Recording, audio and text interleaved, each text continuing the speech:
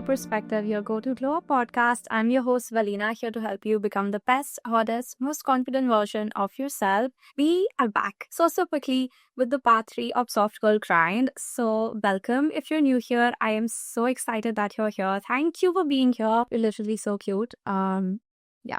I have a crush on you. And if you have been here for a while, I have an even bigger crush on you. So thank you so much for being here.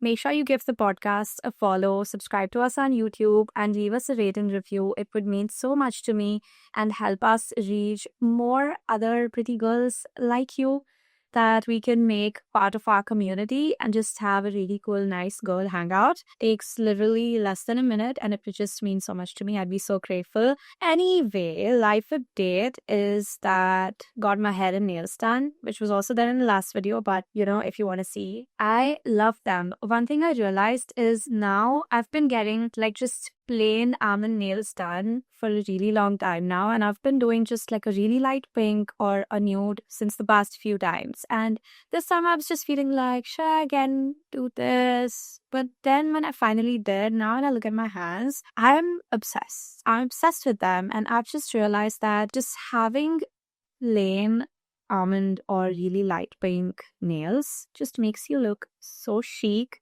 Actually, I've seen a lot of people do these videos where they talk about things that I think are chic. I think I'm going to do that. Let me know if I should do that.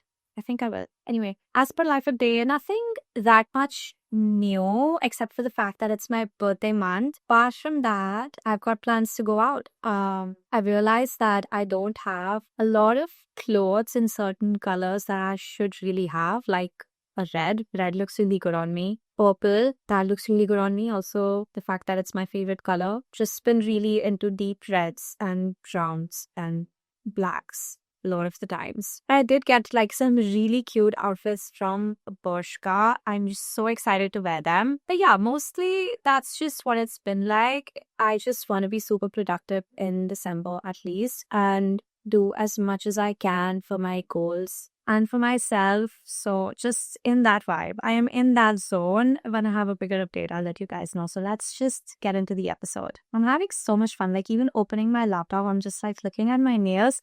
This used to happen when you'd get your nails done for the first couple of times, and after that, when it got so regular, it kind of lost the spark at times. And it would so just highly depend on the shape or the design of the nails for it to make me feel good or excited. This time, I feel it. I'm doing little things and I'm looking at my hands and my nails and how pretty they look. So it's happening. It's happening, guys. Here's what I want you to know on this week's episode of the Soft Girl Grind series, part 3. And that is, you are the one responsible for your life. You are responsible for your life and how it feels. It's kind of heavy, kind of serious, but listen, that's actually kind of amazing because you get to choose how you want your life to look, how you want your life to feel. You get to choose everything. You get to choose your breakfast every morning. You get to choose what clothes you wear. You get to choose where you sit and walk. You get to choose when you want to go for a drive. You get to choose when you go off track. You get to discipline yourself too. That's a bit of a serious responsibility, right? It's an entire life of a person, but that person is you and you can handle it. You can choose how to handle it for yourself.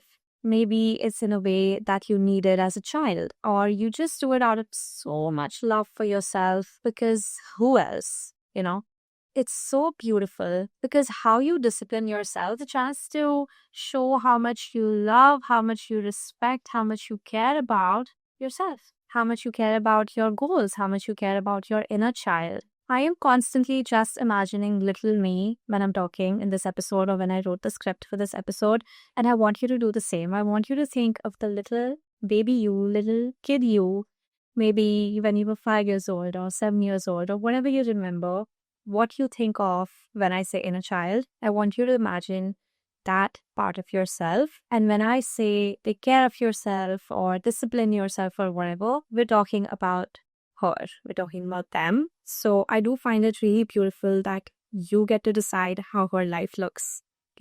She trusted you. She used to want to become you, So you can't let her down. I'm going to try. I'm so going to try.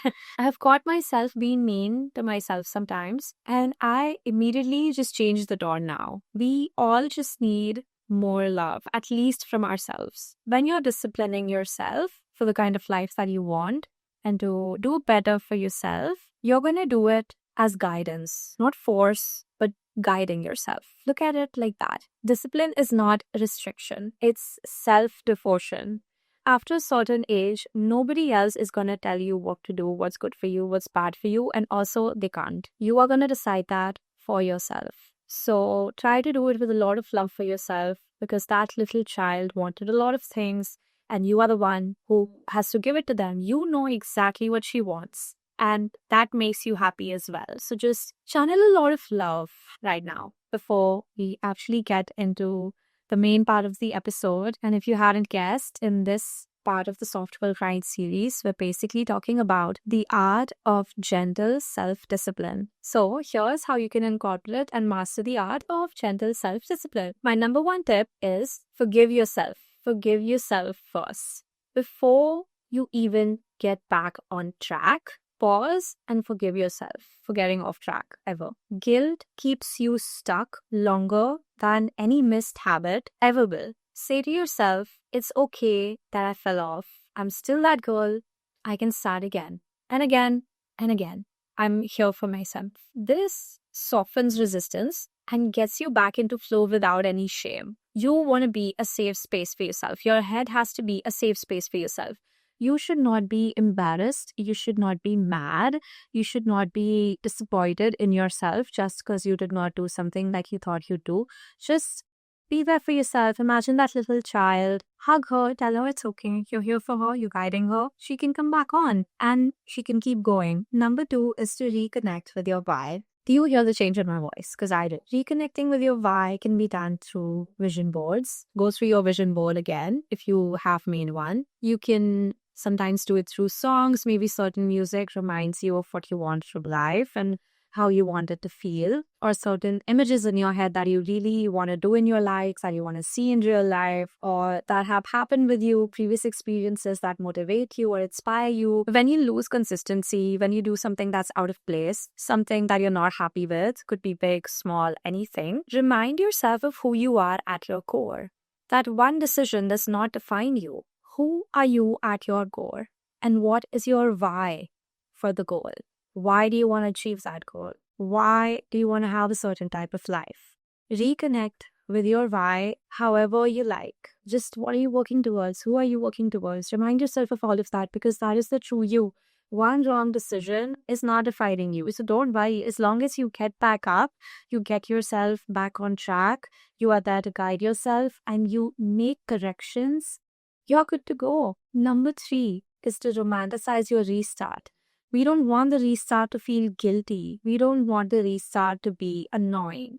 Romanticize your restart. You get to start again. I think all of us do this one thing a lot where we're just stuck in the restart. I think we romanticize it anyway a lot, because I've just noticed that, you start something, a new goal or a new habit or something, and in the first days it's so fun and you're doing it and it's nice because you wear your Pilates set, you have the coffee in your hand, you're going to walk to the Pilates class. After a few days, you don't want to wake up. You're lazy and you just fall off track.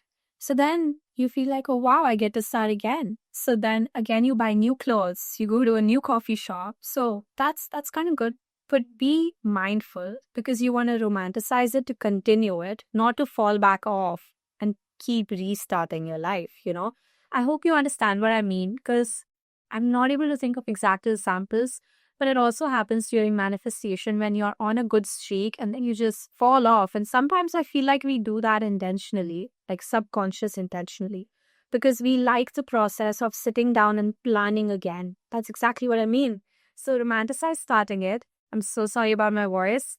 But be mindful and keep being on that track. Try not to let yourself just fall into the same pattern again and again. Romanticize your restarts with the goal of continuing to keep going, not to entertain yourself because you're scared of going big, which is why you keep pulling yourself back into the restart. Because what if I, go ahead? Not just so you can entertain yourself, but to restart so that you keep going, at least to the next level. Number 4 is to focus on returning, not catching up.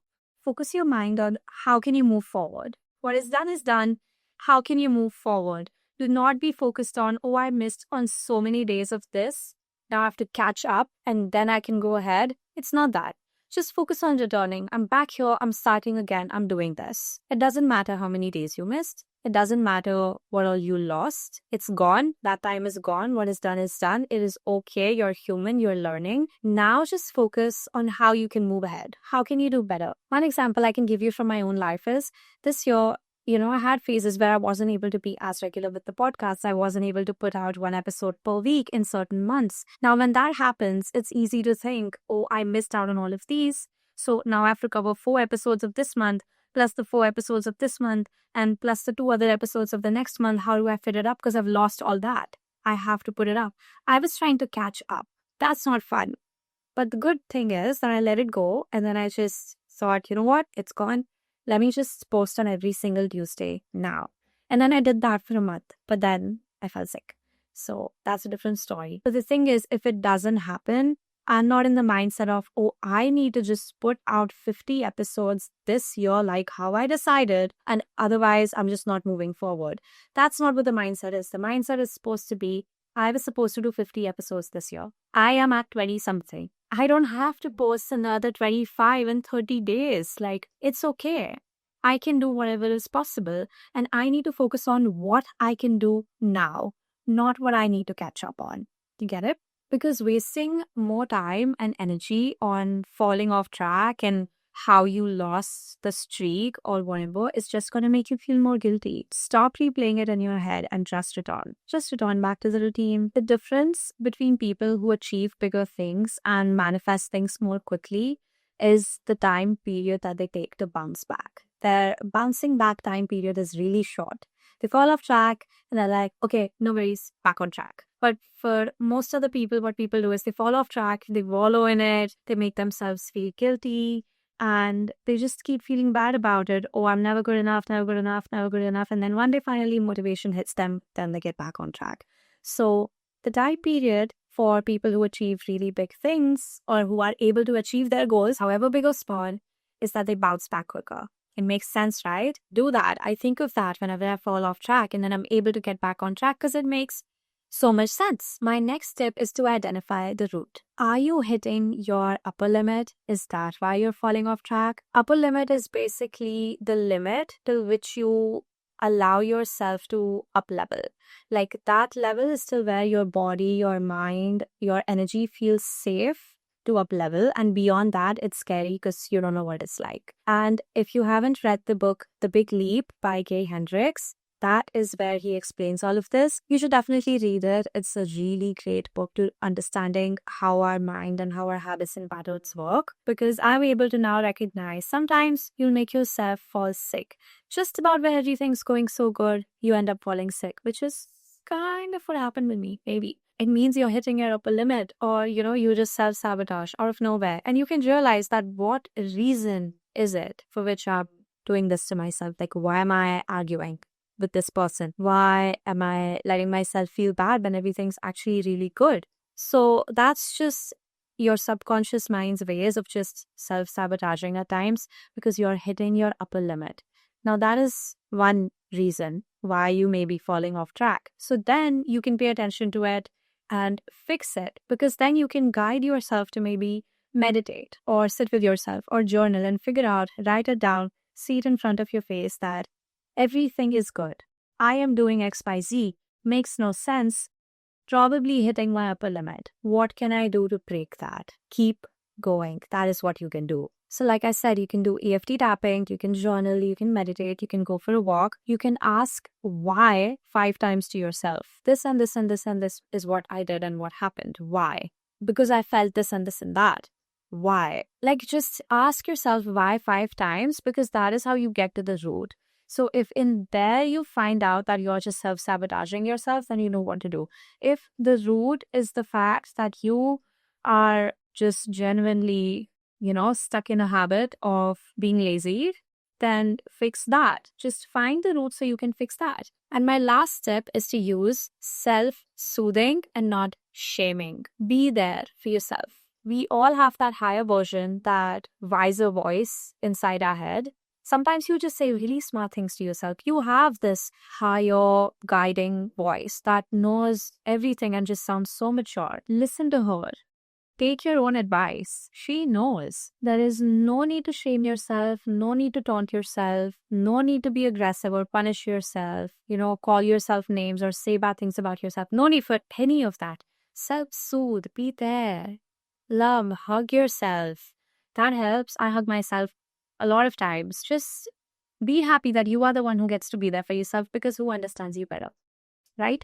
That is all. I hope this helped you. I hope you are able to gently self-discipline yourself so that you can have the kind of likes that you want and live the kind of lives that you want. We can all use these tips more because we keep growing, and that means we're going to make mistakes. And for that, you need to learn to guide and parent yourself. Doing that the right way is crucial, because who else is going to do that for you? It can be really nice, where you know that you're a safe space for yourself and you're there to handle anything that happens, that you are ready to handle anything that you might be going through.